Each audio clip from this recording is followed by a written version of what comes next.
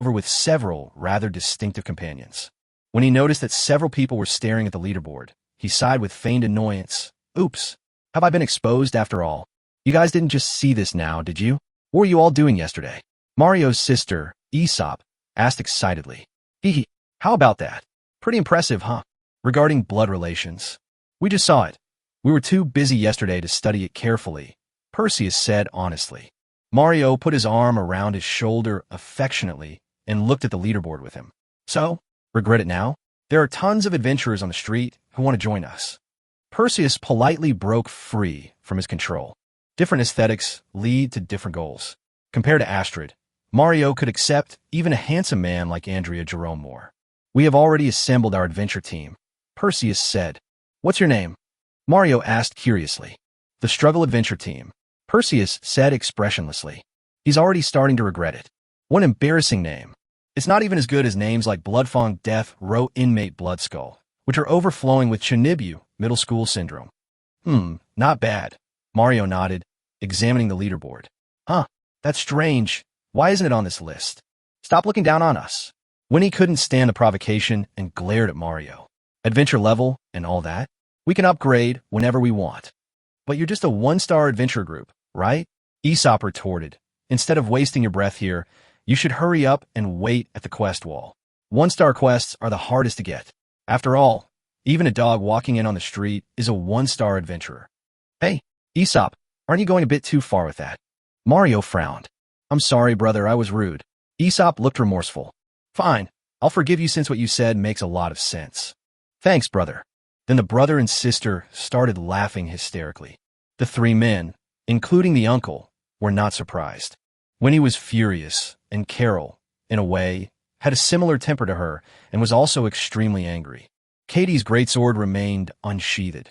She looked not at Mario and his sister, but at Perseus. She was waiting for an order. She would not hesitate to draw her sword and kill anyone given the order from Perseus. Perseus remained calm, forcefully suppressing the three girls who were on the verge of going berserk. He wasn't angry at the level of provocation and mockery from these two. In fact, he wanted to laugh. Considering Mario's history of dishonesty, he tentatively categorized the guy as the scheming type. Getting really angry is not only ridiculous, but it might also lead you into a trap. Thank you for your suggestion, Miss Aesop. Without further ado, please excuse us.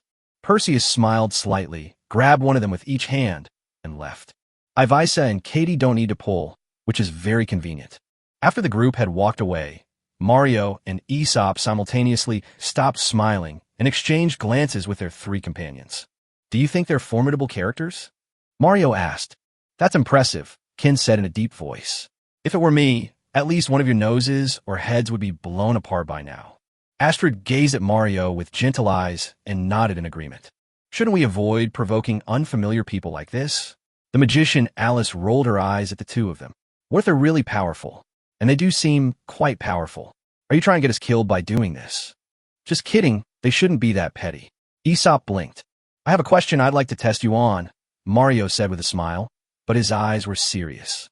The other four were familiar with the state, so they all put away their joking thoughts and became very serious. That Chris's wife, Ms. Juliet, Mario glanced quickly in that direction. Was her hair white or black the night before last? The group fell into deep thought. I didn't notice. She was sitting some distance away at that time, and it was dark, so I couldn't see her clearly. I don't remember. Which one is his wife? Mario forced a smile. If you keep doing this, we're the ones who will really die. The four of them fell silent, looking in different directions in unison.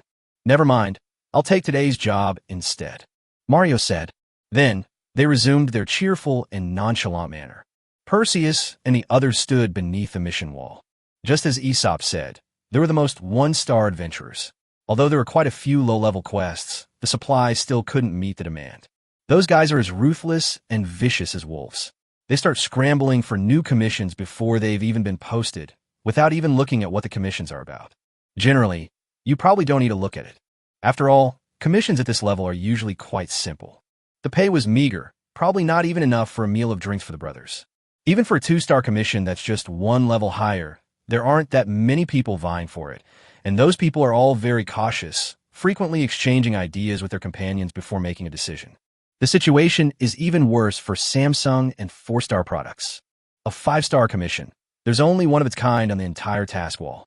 Only 10 people are qualified to accept this kind of commission. As for the highest level 6-star commission, I've heard that you might not get one even once a year. Only the top 3 players on the ladder rankings are eligible for 6-star commissions. Adventurers of that caliber have no need to hang around the Adventurers Guild all day. They're at the top of the food chain and are honored guests of many important figures. They have plenty of low-level adventurers under their command who dream of attaching themselves to them and are willing to risk their lives for them. If a request arises that qualifies them to take on the task, the head of the Adventurers Guild will naturally pay a respectful visit immediately without their consent. The Eagle Peak City Adventurers Guild is the largest branch in the entire Zillenria Empire, and the top adventurers here are basically equivalent to the top adventurers in the entire empire.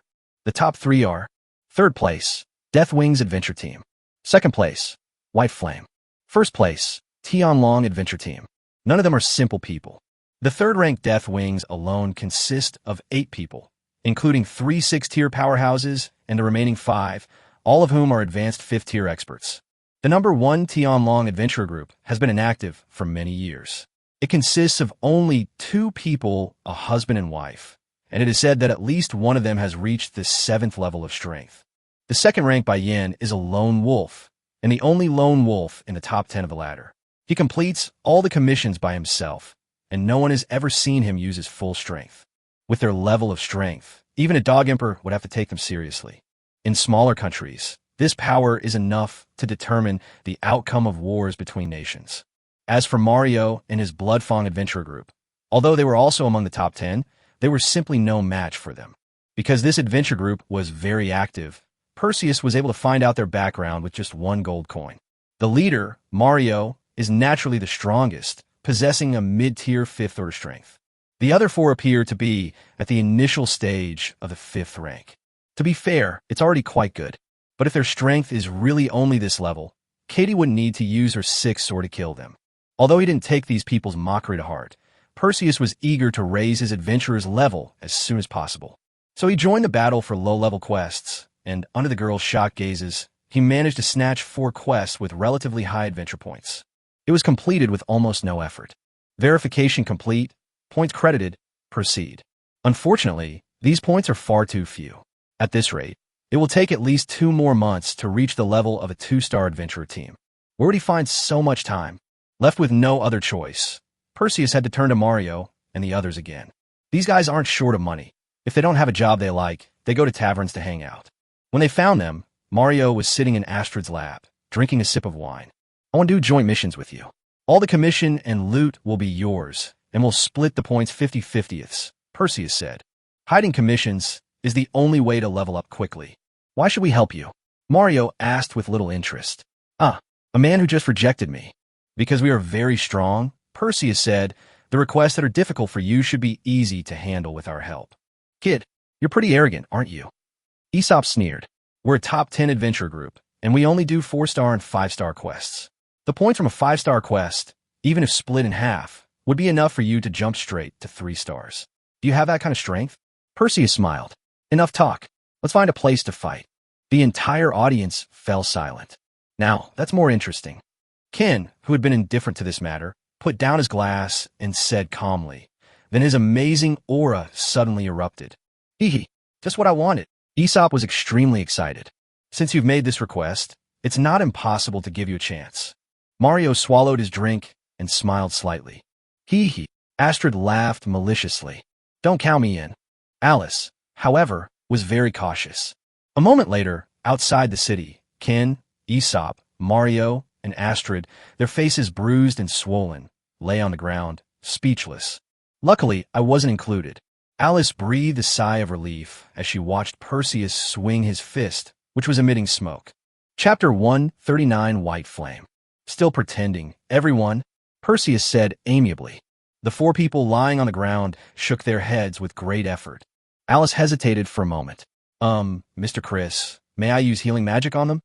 She had to get Perseus's permission because his brutal behavior had terrified her, and she was afraid that taking matters into her own hands would displease him, so she also lay down on the ground. Although they were all part of an adventure team, and should naturally share life and death, she always adhered to one principle. Try to avoid getting hit if you can avoid it. Random. Perseus stretched his arms, finally releasing the pent-up emotions in his heart. This was the first time he had ever beaten someone up so thoroughly. He had wanted to beat someone up many times before, but he held back for various reasons. Although he convinced himself that it was for a greater purpose, he was still unhappy. Experience taught him that one should not suppress oneself too much. If one keeps things bottled up for too long, one's physical or mental health will eventually suffer. Now I feel so much better. Perseus glanced at his teammates' reactions. Ivisa and Katie remained expressionless, while Winnie and Carol were visibly shocked. Everything was expected. He didn't hold back at all, adhering to the principle of not killing anyone, but using maximum force to kill. The four people on the ground not only looked terrible and disheveled, with some broken bones, but they didn't have a ferocious expression or utter a sound of pain. They were definitely not simple characters. It was a complete, one-sided, crushing defeat, even more exaggerated than an adult beating a child. If Perseus wanted them dead, they would already be corpses. Ninth place on the ladder rankings, nothing special. The entire ranking only has 6-tier strength, starting for 4th place. He was curious about what the outcome would be if you were to fight that person, with both sides giving it their all. As for Bai Yin, who ranked 2nd, and the Tianlong duo, who ranked 1st, they should both have 7th-tier strength. They are top-tier experts worldwide and should not be underestimated. With his current strength, he has no chance of getting close to a powerhouse of this level, but he hopes to witness the prowess of these three during his stay in Eagle Peak City. However, these people are the type who appear and disappear like dragons, and whether one can see them and witness them in full force depends entirely on one's luck. Building connections is even more difficult. Over there, Alice has already started treating her teammates. Perseus observed her silently. This girl takes an average of 20 seconds to heal a teammate who is seriously injured. Recite the incantation for 5 seconds, and the treatment will be completed in 15 seconds. After completing all the treatments, she didn't seem to be in much pain. She just took the opportunity to lightly kick Mario twice while he was unable to get up. After Mario got up, he glared at Alice, then ran straight to Perseus, staring at him with a serious expression, looking fierce. Then he quickly knelt down and hugged his leg, pleading, "Let me join you. Let me join you." He yelled and screamed like a spoiled child. Aesop ran over and hugged Perseus's other leg. The brother and sister's voices overlapped, making a racket. Perseus grabbed them, one in each hand, and forcibly lifted them up, throwing them back to their teammates. Aesop was caught safely by Astrid. Ken, however, dodged away with a dark expression, watching helplessly as Mario fell to the ground, letting out a pained scream. "Aren't you the leader of your adventurers group? If you join us, what will happen to your members?" Perseus asked. Mario lay on the ground calmly. "Isn't that simple? We can all just join you." "I refuse," Perseus said without hesitation. Mario frowned, looking like he was caught in a painful dilemma. After a moment, he sighed deeply. "I understand. These guys are indeed very weak. Then let me join you alone."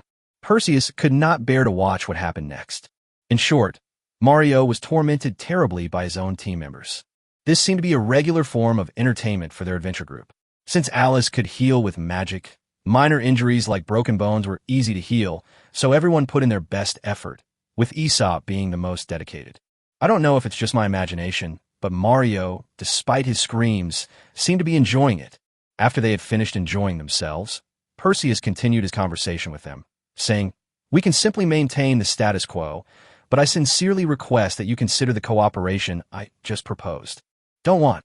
Mario, who was not yet cured, refused firmly, and Alice intended to punish him, which was probably the norm. Aesop stepped on Mario's face, forcibly depriving him of his right to speak, and said with a bright smile, "I'm in charge, I agree." "Excuse me for speaking frankly, Miss Aesop. Can you represent?" Perseus looked at Mario at her feet. "Of course I can represent him," Aesop said nonchalantly. "Although my brother is the captain, I am his sister. As long as he dies, I will inherit the position of captain. Isn't that common sense?" "That's true. While we acknowledge your abilities, we are not yet certain that you are someone we can trust," Aesop said, arms crossed, his foot on Mario's face twisting slightly. "Tell us first, what exactly is your purpose in seeking our cooperation?